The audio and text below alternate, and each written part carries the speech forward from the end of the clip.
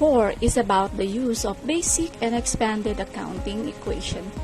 Before we start analyzing the business transactions, let us first find out the accounting system needed in bookkeeping. For our discussion, we will be using the double entry bookkeeping, which is defined as an accounting system where every transaction is recorded in two accounts, a debit to one account and a credit to another. Debit are the value received. These are the entry on the left side of an account.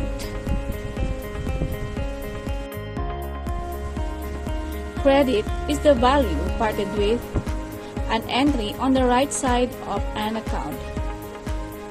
Debits must always be equal to credits. This is the T account. The T account is the visual structure used in double entry bookkeeping to keep debits and credits separated. Debit to the left and credit to the right.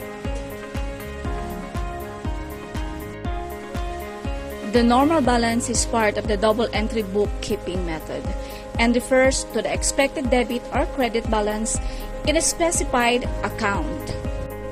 Example: the normal balance of asset is on the debit side. Therefore, when you find them on the debit side, assets will increase. And when you find them on the credit side, your assets will decrease. Expenses are normal balances on the debit side. So when you find them on the debit side, expenses will increase. And when you find them on the credit side, expenses will decrease. Liabilities normal balance is on the credit side.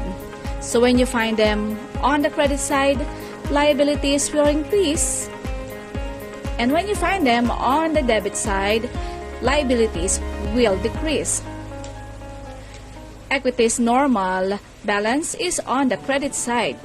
So when you find them on the credit side, equity will increase. And when you find them on the debit side, equity will decrease. Revenues normal balance is on the credit side. So every time you receive an income, your revenue will increase.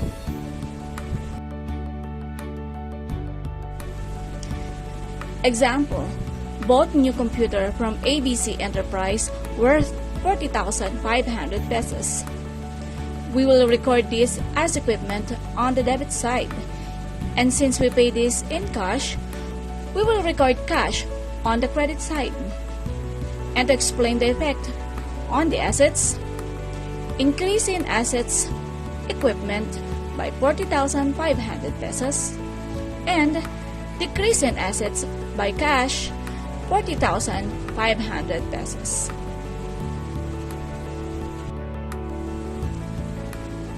I'll give you two examples for liabilities.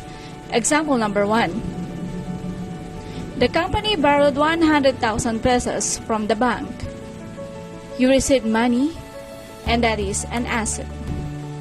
Then, you will have a bank loan, which means you will have an additional liability.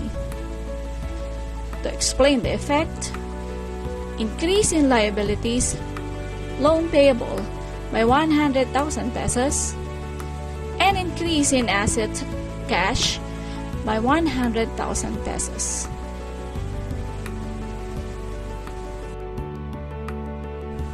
Example number 2. Pay the balance of 500 pesos to Semrace Negosyo for the item sold last April 5, 2021.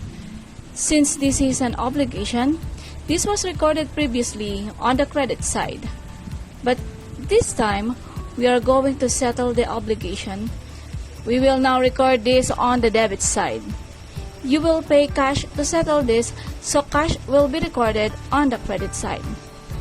To explain the effect, decrease in liabilities, accounts payable by 500 pesos, and decrease in assets, cash, by 500 pesos. Example for owner's equity. The owner invested 30,000 pesos to the company. Investment is an increase in owner's equity. Therefore, we will record this on the credit side. We received cash, so we will record this on the debit side of the assets. To explain the effect, increase in owner's equity, capital, by 30,000 pesos, and increase in assets, cash, by 30,000 pesos. Another example for owner's equity is the drawing, which has the decreasing effect in the owner's equity. The owner withdraws the amount of 1,500 to pay his personal obligation. This is a decrease in owner's equity, so we will record this on the debit side, and since we get money from the company, this will be recorded on the credit side of the assets. To explain the effect, increase in owner's equity, drawing by 1,500, and decrease in assets, cash, by 1,500. Let us now have an example for revenue. Received an amount of 250 pesos for the repair of the machine. This is an increase in revenue, so we will record this on the credit side. And since we received money, we will record this on the debit side of the assets. To explain the effect, increase in revenue, service income by 250 pesos, increase in assets, cash, by 250 pesos.